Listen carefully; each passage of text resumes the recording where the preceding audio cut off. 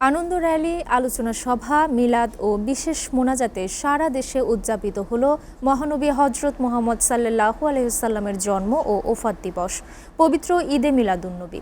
রাজধানীর engineers institution, Suhrawardy উদ্যান ও পুরান ঢাকায় বের করা বর্ণাঢ্য র্যালি।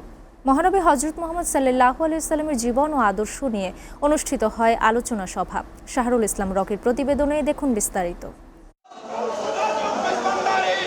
বিশ্বনবী হজরত মুহাম্মদ সাল্লাল্লাহু আলাইহি সাল্লামের জন্ম ও ওফাতের স্মরণে মুসলিম সম্প্রদায়ের কাছে পবিত্র ঈদে মিলাদুন্নবী সাল্লাল্লাহু আলাইহি সাল্লাম দিনটি অত্যন্ত তাৎপর্যপূর্ণ।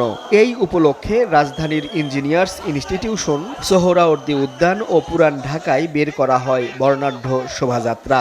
ইসলামী বক্তারা বলেন, মহানবী সাল্লাল্লাহু আলাইহি সাল্লামের জীবন ও আদর্শে রয়েছে শান্তি, মানবতা, ন্যায় বিচার ও সৌহার্দ্যের শিক্ষা। যার আল্লাহ নিজের শানে রসুলকে বলছে ওয়ামা আরসালনাকা ইল্লা রাহমাতাল লিল আলামিন। আল্লাহ যত আলমের রব, আল্লাহ রসুল তত আলমের রাহমাত। এই জন্য আল্লাহ তার নিজের লাকাব রসুলকে দান করেছেন ওয়ামা আরসালনাকা ইল্লা রাহমাতাল লিল আলামিন। এই নিয়ামতের শকর গুজারি করার জন্য আমরা আছে এই জাতির কাছে এই বার্তা পৌঁছে দেওয়ার জন্য শুধু বাংলাদেশ নয়, সমস্ত পৃথিবী জুড়ে নবীর দরুদ সালাম ছাড়া কোনো আমলে আল্লাহ দরবারে কবুল হয় না। আমরা আজকের দিনে এটাই আল্লাহর কাছে ফরিয়াদ করব, আল্লাহ রসুলের উসিলায় আল্লাহ যেন সমস্ত বিশ্বের জমিন থেকে যুদ্ধ, ফিলিস্তিনের মুসলমান ভাইদের যেন আল্লাহ হেফাজত করে এবং আমাদের অন্তর থেকে যেন সমস্ত পাপাচার, ফাহেসা, প্রতিহিংসা, জাহেলিয়াতের সমস্ত নিদর্শনগুলো যেন দূর করে দেয়। আমিন বলেন। মহানবী সাল্লাল্লাহু আলাইহি সাল্লাম মানুষের মধ্যে ভেদাভেদ ভুলে পারস্পরিক সম্প্রীতি ও সহমর্মিতার শিক্ষা দিয়েছেন। দিনটি উপলক্ষে বিভিন্ন আয়োজনে দেশ ও জাতির শান্তি, সমৃদ্ধি এবং মুসলিম উম্মার কল্যাণ কামনা করা হয়।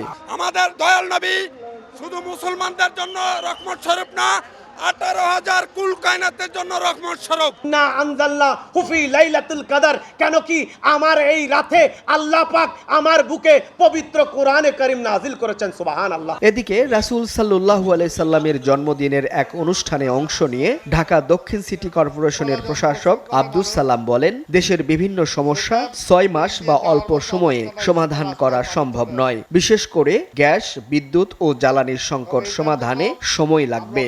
দেশের অনেক সমস্যা আছে, যে সমস্যাগুলো দীর্ঘদিন ধরে আছে। আমরা একদিনে বা 6 মাসে এই সমস্যাগুলোর সমাধান করতে পারবো না, তবে সরকার চেষ্টা করছে।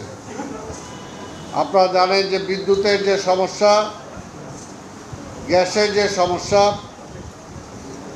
সেটা উত্তরাধিকার সূত্রে সরকার পেয়েছে।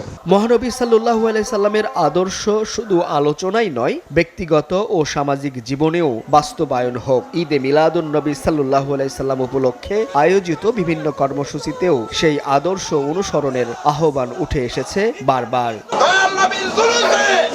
শাহরুল ইসলাম রকি, SA TV, ঢাকা।